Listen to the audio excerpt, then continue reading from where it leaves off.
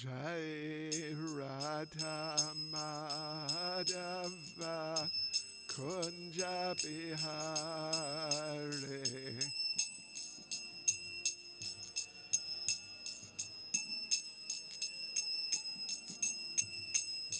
Jaya Radha Madhava Kunja Bihari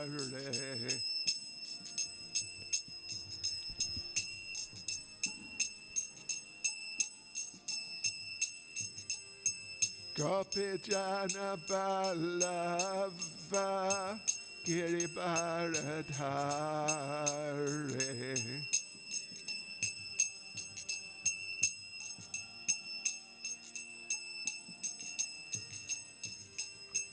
Gopi Jana Ballava Giribharadhari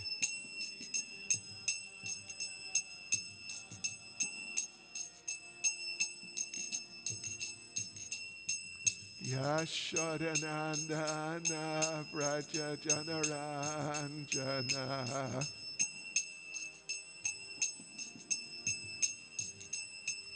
Yashodanandana Vraja Janaranjana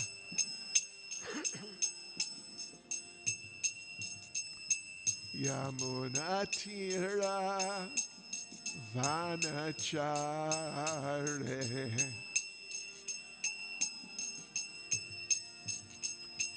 Yamunatira Vanachare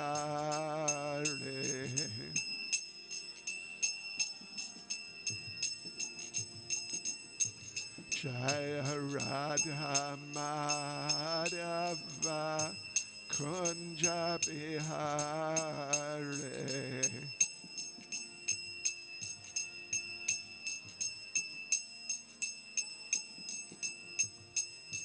Jaya Radha Madhava Kunja Bihari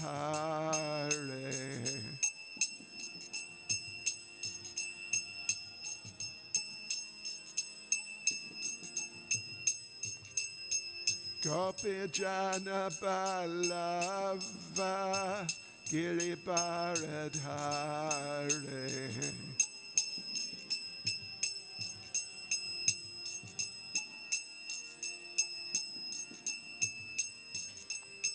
Gopi Jana Ballava Giribharadhari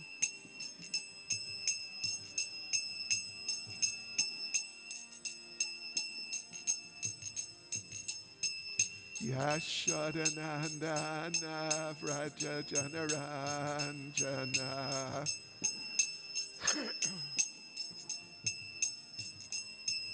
Yashodanandana Vraja Janaranjana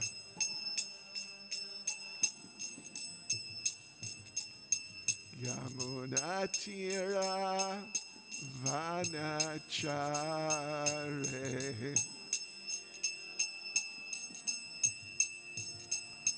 Yamunatira Vanachare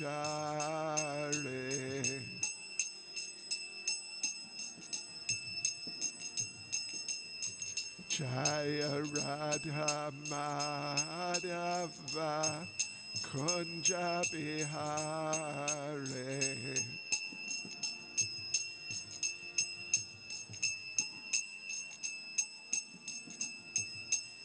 Jaya Radha Madhava Kunja Bihari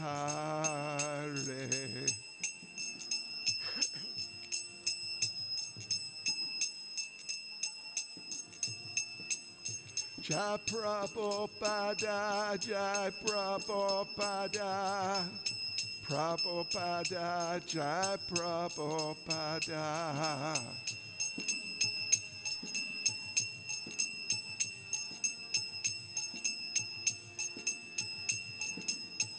Jaya Prabhupada, Jaya Prabhupada, Prabhupada, Jai Prabhupada.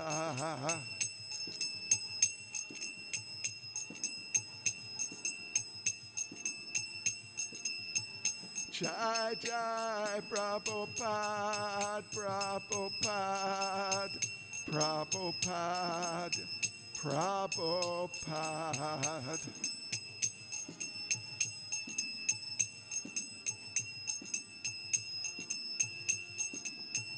Jai Jai Prabhupada, Prabhupada, Prabhupada, Prabhupada.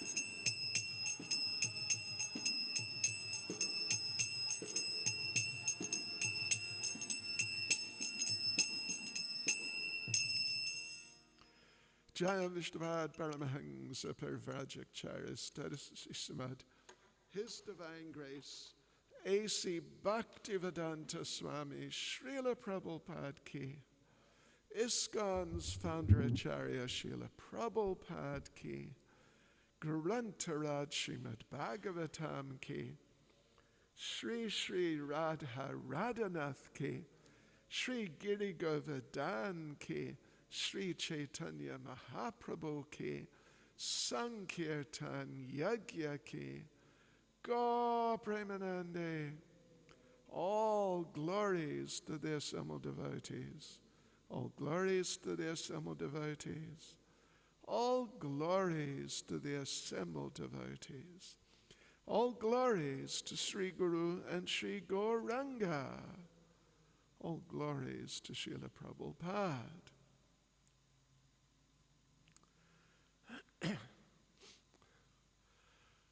Om Namo Bhagavate Vasudevaya.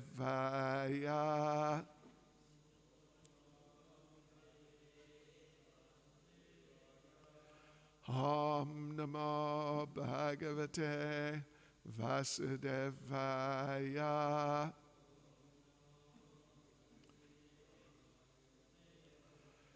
Om Namo Bhagavate Vasudevaya.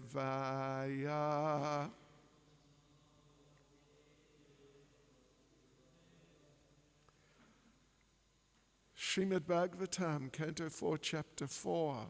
Sati quits her body. Verse 12. Doshan Paresham He Gunesho Sadhava Grinante Kechen Na Bhavadrisho Dvija Gunams Cha Falgun Bahule Karishnava Mahatamas Tesho Avidad Bhavan Agham Doshan Paresham Higuneshu Sadhavo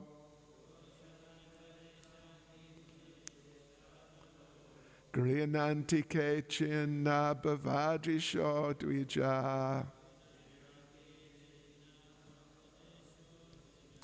Gunams Chafal Gun Bahuli Karishnavo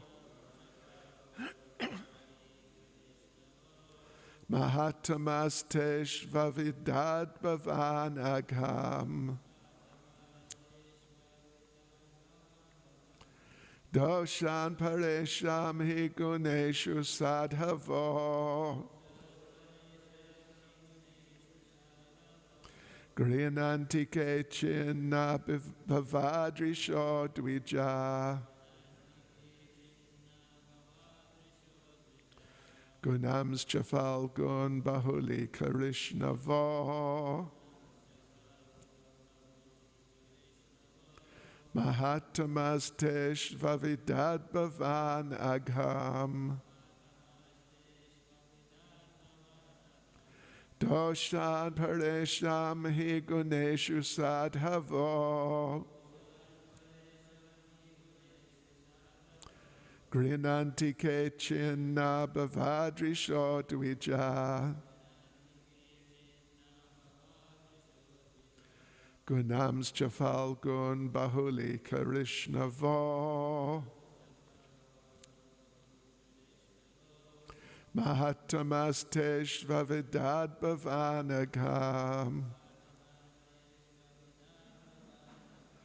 Doshan Paresham Higuneshu Sadhavo. Grinanti ke chinna bhavadrisho dvija. Gunams Falgun Bahuli Karishnavo. Mahatamastesh Vavidad Bhavanagam.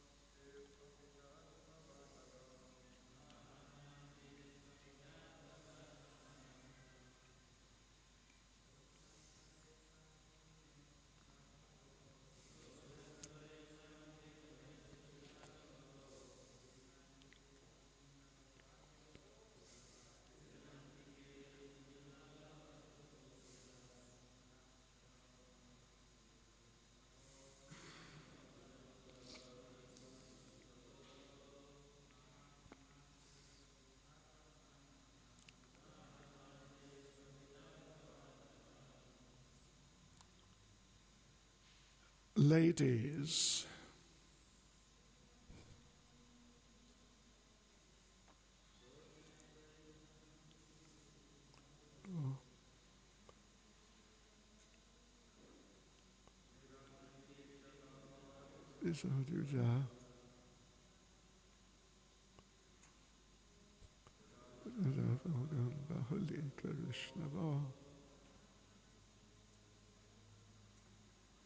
Atamastesh Vavidad Bhavanganam.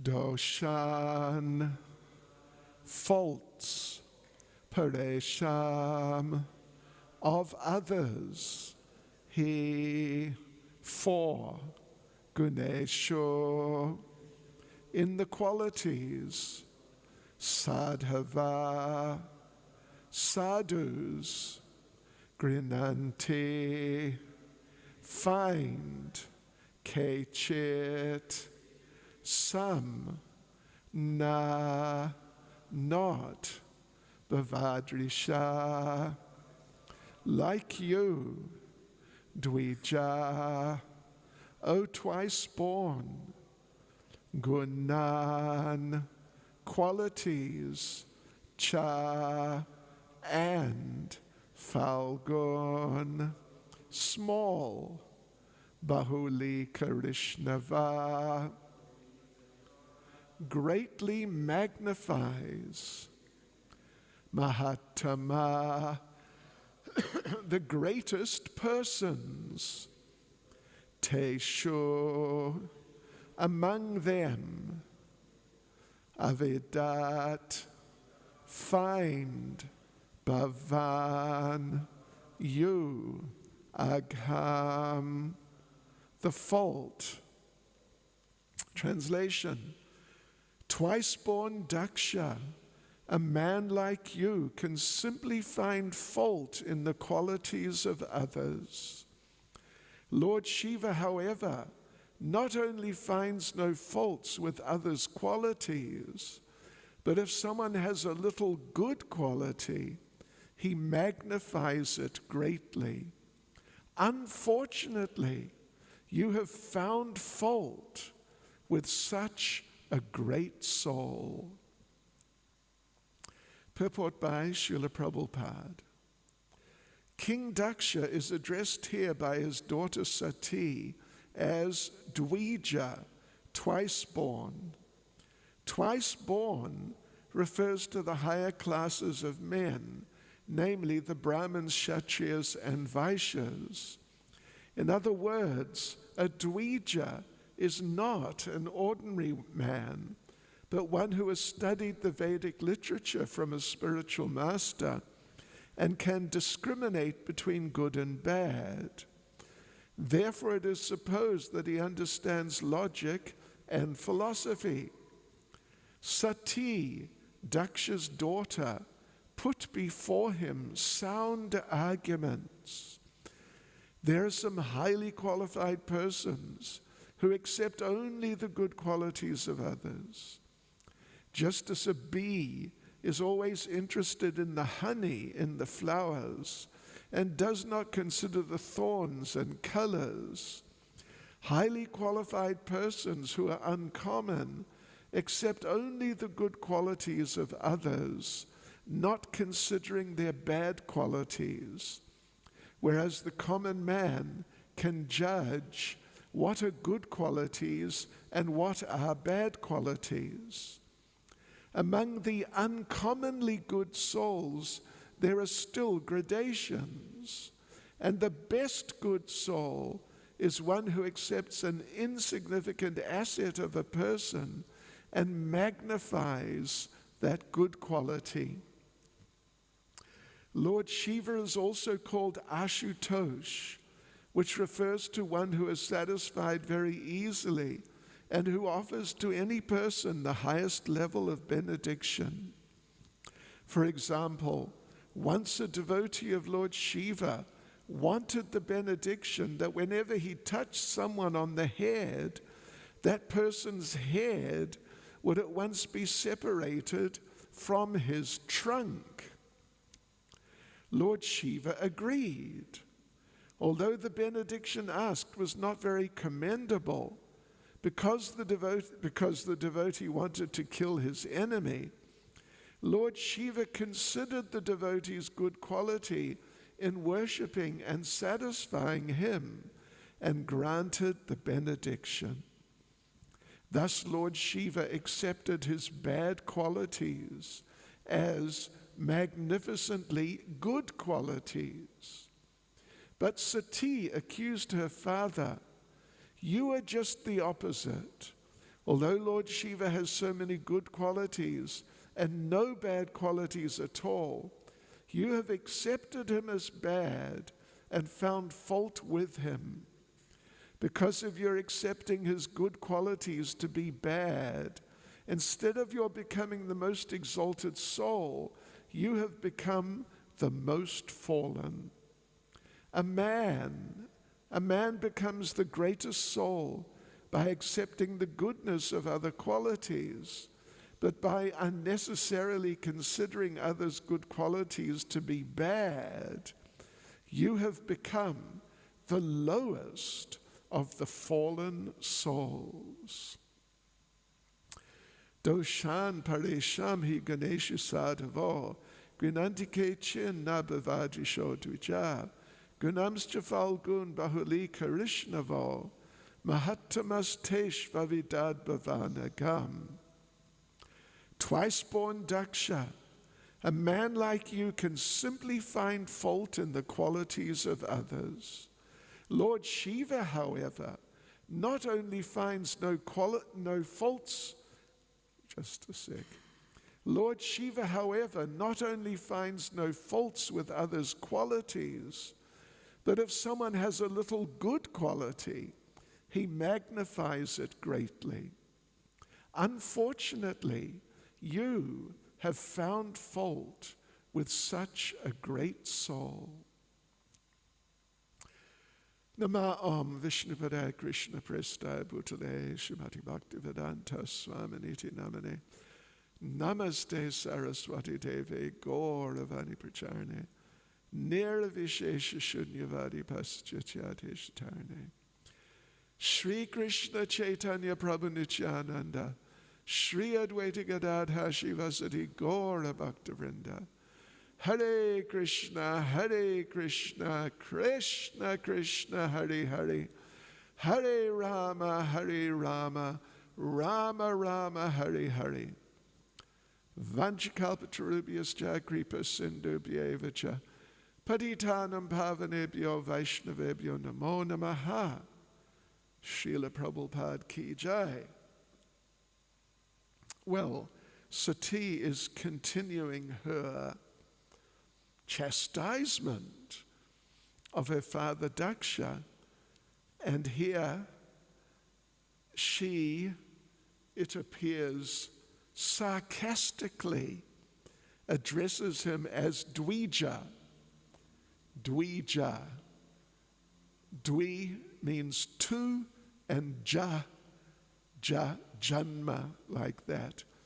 Two births, a twice-born person, a Brahmin, or it can be also a Kshatriya or a Vaishya.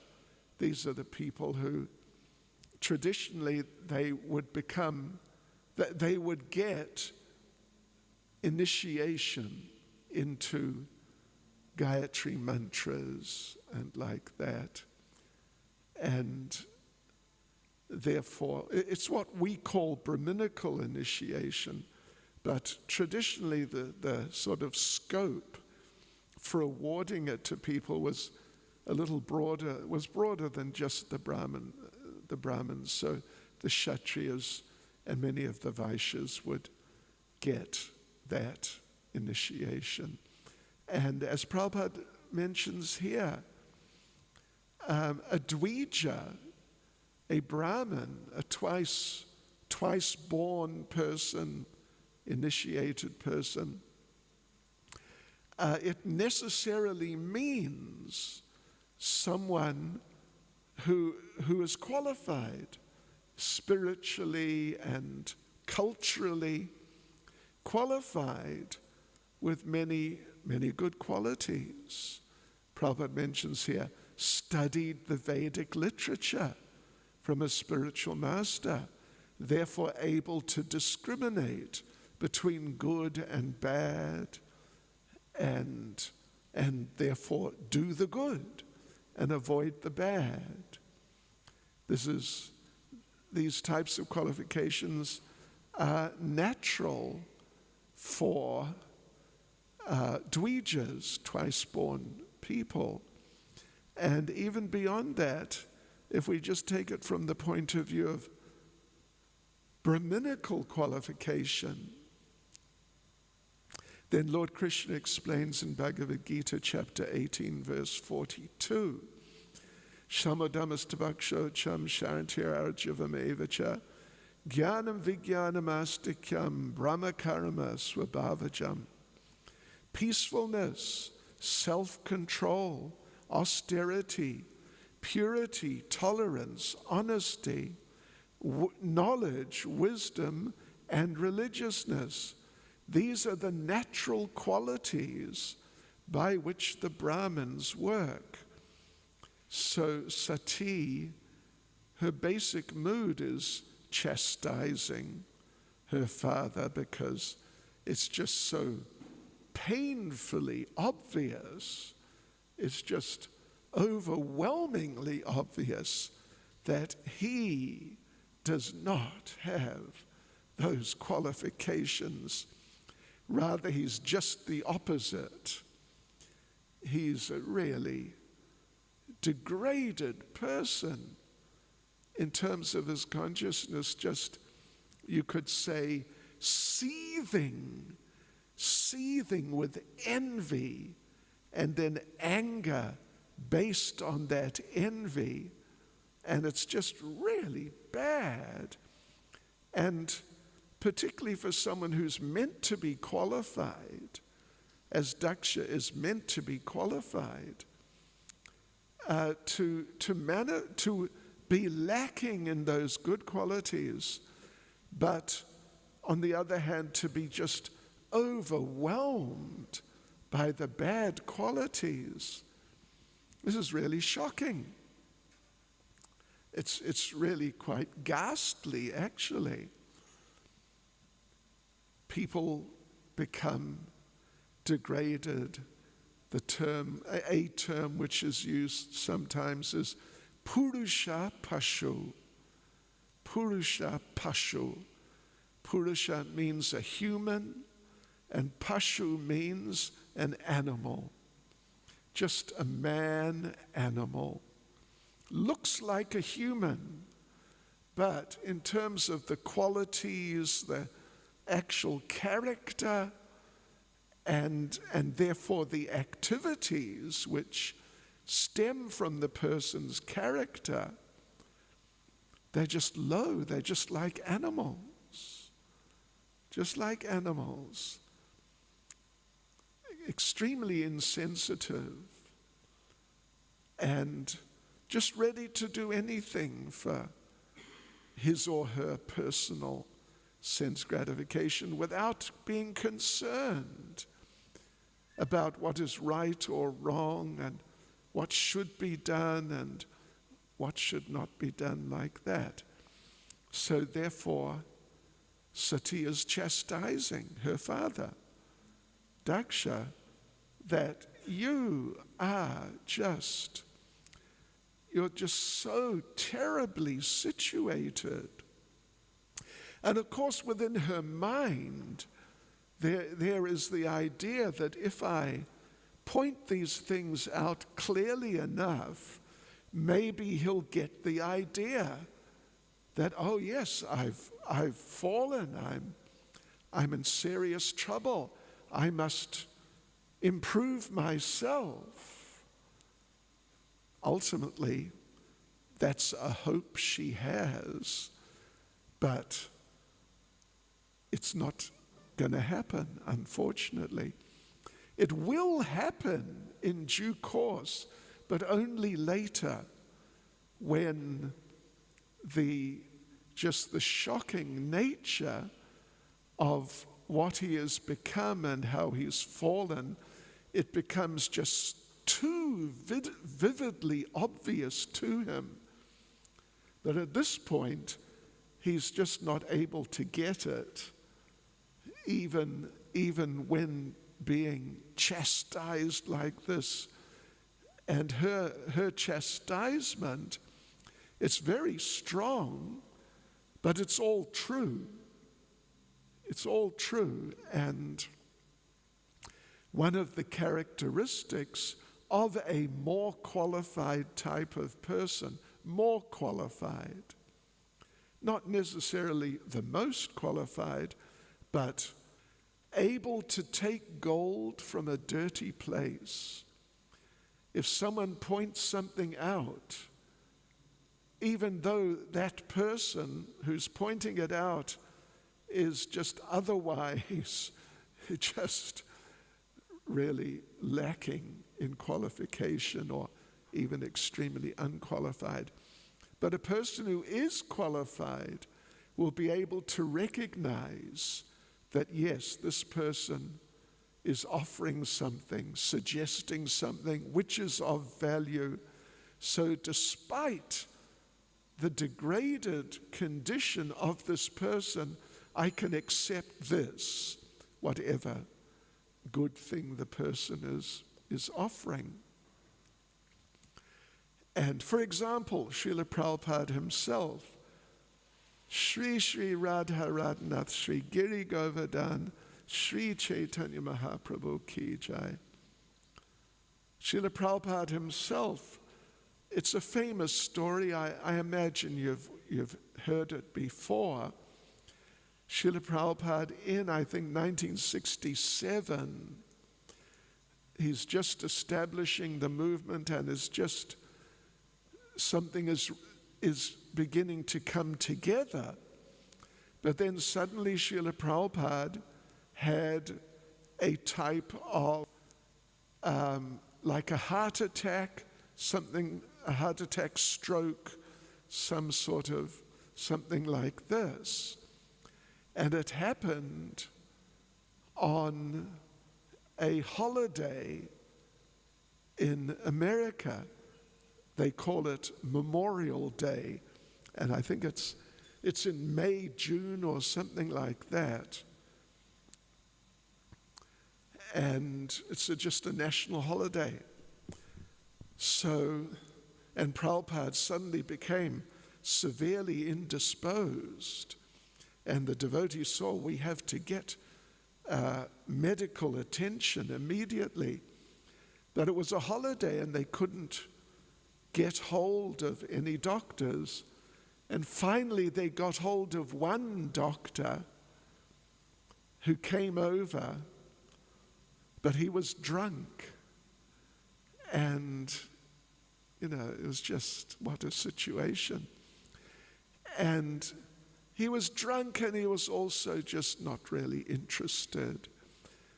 And his diagnosis was of Prabhupada, who's had a heart attack, that, he just needs more exercise, that's all. Should walk more. So he missed, from the medical point of view, he missed it completely. And Prabhupada was hospitalized either later the same day or the next day. But Prabhupada, he took that idea that he should get more exercise, and he accepted that. And he applied that for the rest of his life, basically. Every day, Prabhupada would go for a morning walk.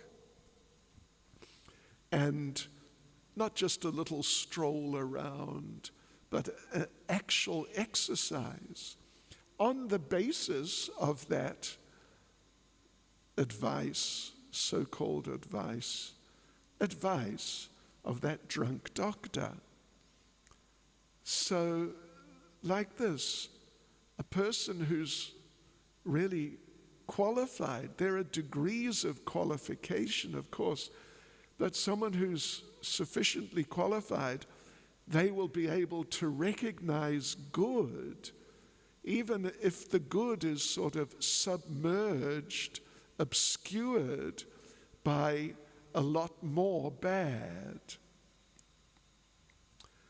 But Daksha, he's getting the real sauce here, as they say, the hot chili sauce, which can burn away your misconceptions and get through to you, so you realize, yes, I'm wrongly situated, I must get myself together. But he's not able to. He's not able to. Anyway, she's trying, and she's contrasting Lord Shiva with Daksha. That Lord Shiva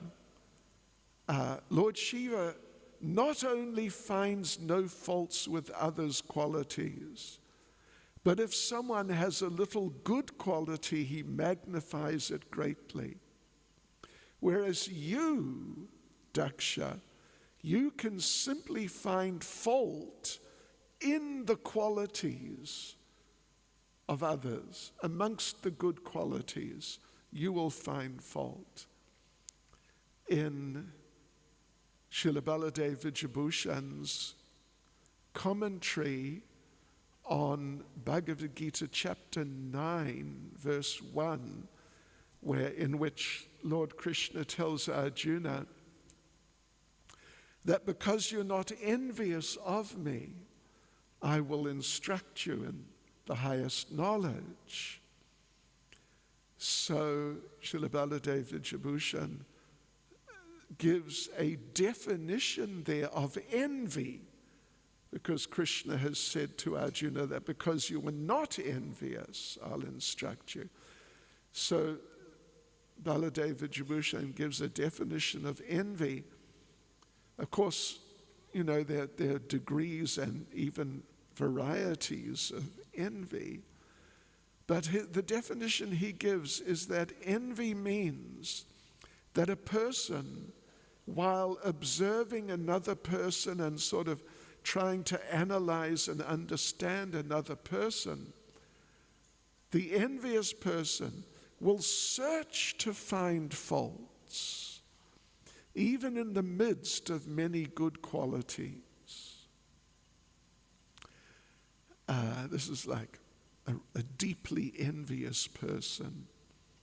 Some other person has many good qualities, but the really envious person will overlook those qualities and try to find a fault. And if he or she finds something which looks like a fault, then they'll magnify it and just exaggerate it and emphasize it. And we mentioned yesterday, we just touched on, I think, was it yesterday? Ramachandra Puri, who was a godbrother of Lord Chaitanya's spiritual master, Ishvara Puri. And Ramachandra Puri came, and because he was senior, he was older, just in terms of physical age, and he was senior by initiation, and he'd been a devotee longer. He felt that he had the right or even the duty to just point out people's faults. And we won't do it, but that's what he felt. And so he just pointed out faults with everyone. And eventually he pointed out faults with Lord Chaitanya. And Srila Bhaktisiddhanta Saraswati says that Ramachandra Puri, he had achieved nishta in criticism. Nishta means steadiness, really like stability, just fixed in a certain way. Normally, of course, we apply it in terms of Krishna consciousness. Devotees on the level of nishta, if they're fixed and steady and they don't just go off into some sort of confused condition ever, they remain focused. So he says that Ramachandra Puri had achieved nishta in criticism. And when a person becomes that much situated in criticism and envy, then they become able, they develop the ability to see faults in a person which do not exist. This is very advanced level. It's one thing to see faults which are there, which are realities. It's another thing to see faults which are not there. Yes. So an interesting part of this the description here in this verse, Prabhupada, of course, is talking about these things in reference to how Sati addresses or refers to Lord Shiva as Mahatma, which in the word for word we see is translated as the greatest person or greatest persons. And I had a look at Srila Vishwanath Chakravarti Thakur's commentary on this verse, and he gives an extensive commentary. And he refers to two categories of person. One is, the basic term is mahat. Mahat. It means good, or even very good, actually. A mahat. And the other type is asadu. Sadhu, of course, we're familiar with that term, means saintly person, but now this is asadu, means not a saintly person. And he gives 4 different degrees of each. And just listen to this, it's interesting how he analyzes first of all, 4 levels of mahat, or good person. There's mahat, there's mahatara, there's mahatama, which is the term that's been used here for Lord Shiva by Sati, and then there is ati mahatama, 4 stages of good person. Then there's asadu, asadutara, asadutama, and ati or atyasadutama. Anyway, just listen to this. Those of good conduct accept even faults in others, since the faults can eventually be transformed by certain methods into good qualities. So he gives an example. Speaking harshly is a bad quality, but because it can be used for someone's benefit, it can become a good quality. Yeah.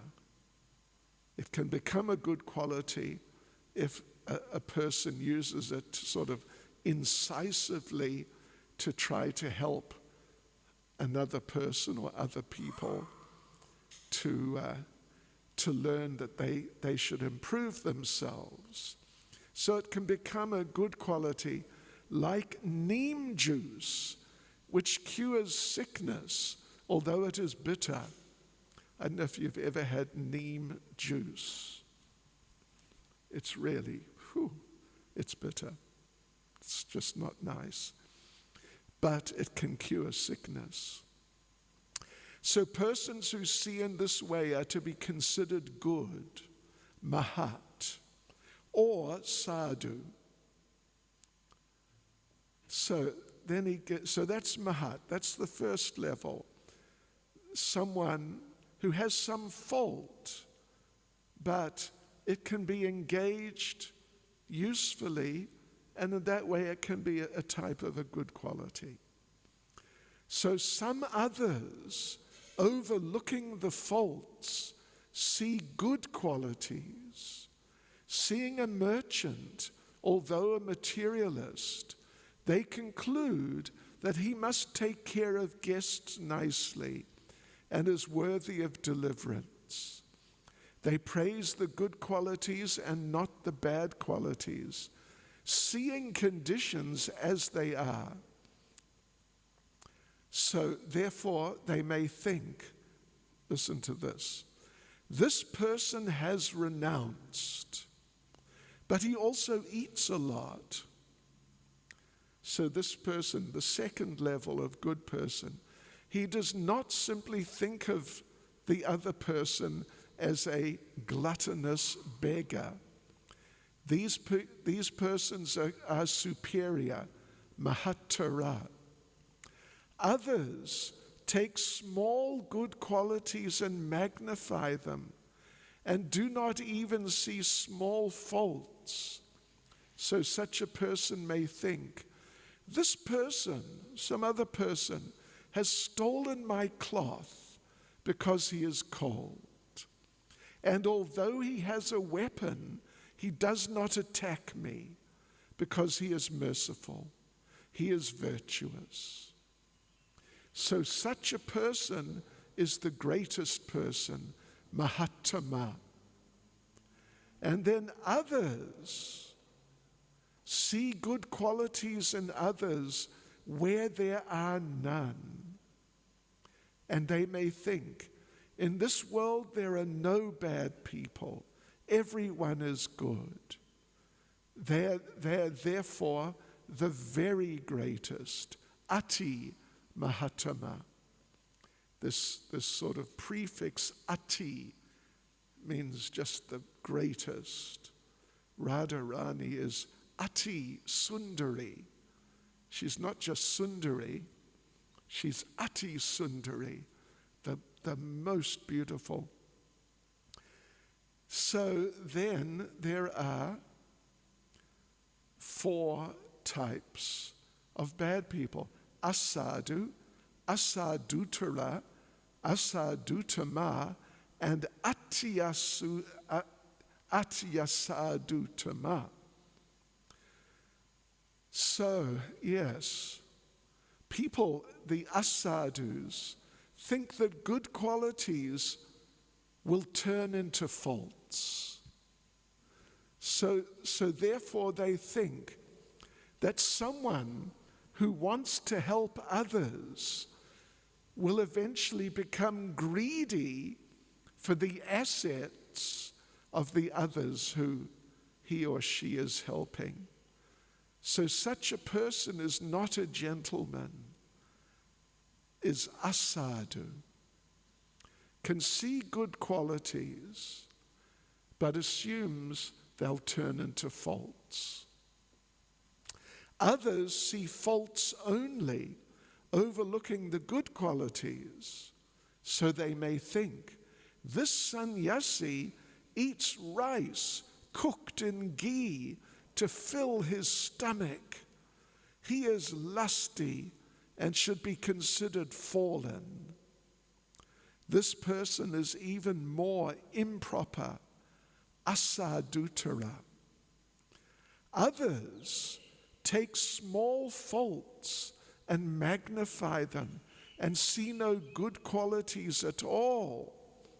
And such a person may think, this renunciate has given up the forest and lives in the house of a married man. He only wants to steal their money. This is the worst person, asadutama. And others see only faults in others, even where there are no faults. And so they think, in this world, no one is good. Everyone is evil. They are the very worst. Ati asadutama. So it's very interesting. And it's very interesting to consider these different levels and to consider them, the implications, and look at ourselves too, of course. But basically she's chastising Daksha as ati asadutama, the very, very worst, because Lord Shiva is faultless. On one hand, he's just so nice. He helps the most degraded subhuman types. He's just so kind. Even to people like that who are just sort of off the scale altogether of human civilization. But he helps them. He overlooks the fact that they're kind of monstrous people. And he helps them. And some of them actually become improved. That's his potency. That's what a wonderful person he is. But you, Daksha, when you look at Lord Shiva, you don't see these things, and you feel that he's degraded, although he's not degraded at all. But you become convinced, because he didn't stand up for me when I walked in. Therefore, he's just terrible, terrible person, without considering why Lord Shiva didn't stand up, and the validity of Lord Shiva not standing up to receive him in some special way. And Srila Prabhupada in the purport here gives the example of Lord Shiva with Vrikasura. Vrikasura worshipped Lord Shiva. It's described in the 9th canto that Vrikasura worshipped Lord Shiva in order to get a benediction, as Prabhupada mentions here, that whoever's head he touched the head of the person, what have I done? The head of the person would, Prabhupada says, fall off, or elsewhere it's said would sort of explode, but one way or another the person would die. So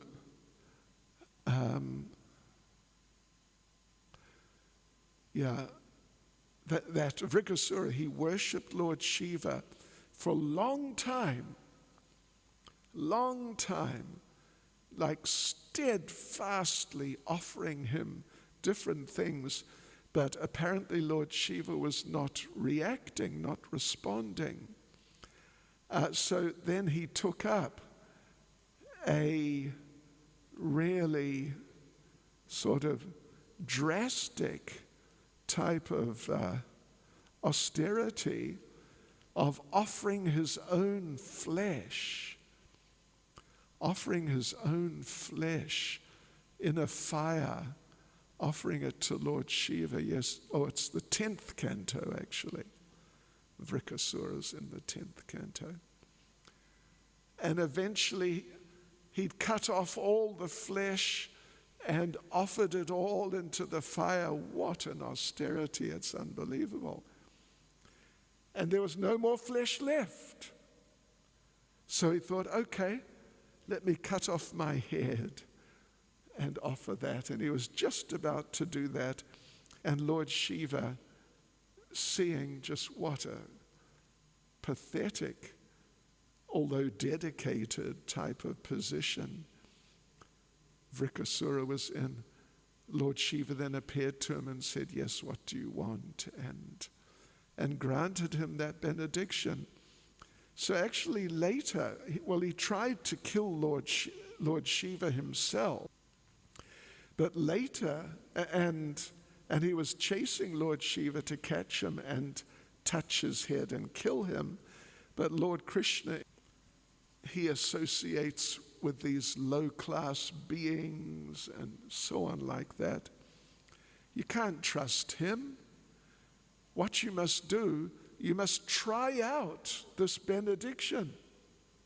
Touch your own head, and of course it will not fall off. And then Kasura, he was not so bright, so he did that, and his head fell off or exploded, and Lord Shiva was saved. And then Lord Krishna told Lord Shiva, don't give benedictions like that again. So, that's the main perspective on it from Srimad Bhagavatam. But here also, Prabhupada's giving the other perspective, that Lord Shiva, overlooking faults and just accepting, like in this case with Vrikasura, accepting his dedication, his steadfastness in the worship he did, accepting that as a good quality. So therefore he gave him the benediction, although, as Prabhupada says, it was not very commendable. But still, despite that, the fact is there that he showed a great broad-mindedness, and he was so, in a certain sense, he was exhibiting qualification. just like Srila Prabhupada explains in Bhagavad Gita at the beginning. Even though Arjuna, Krishna praises him and calls him a fool for the different reasons that Arjuna gave initially to not fight. But Prabhupada, in one purport, I think it's maybe verse 25, it's something like that in the first chapter, Srila Prabhupada says that actually in one sense, in a certain sense, Arjuna having these types of concerns, in one sense, that was good, because he was concerned. What's going to happen? What's going to happen to the women, the children, and so on like that? What's going to happen to all these people? He was concerned. So that there's good in that, even though there was also quite some confusion. Yes, so like this, Lord Shiva has amazing good qualities. But Daksha, because of his amazing enviousness, couldn't appreciate them and just took it that he's a bad person. Hare Krishna. Any comment or question? Oh, yes.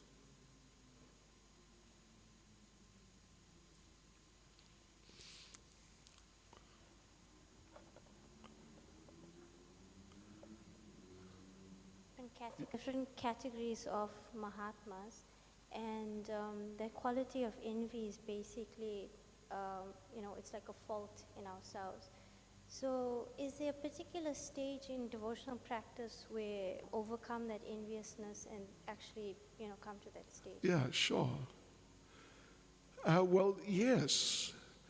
Just in broad terms, in simple terms, these things, they're anathas.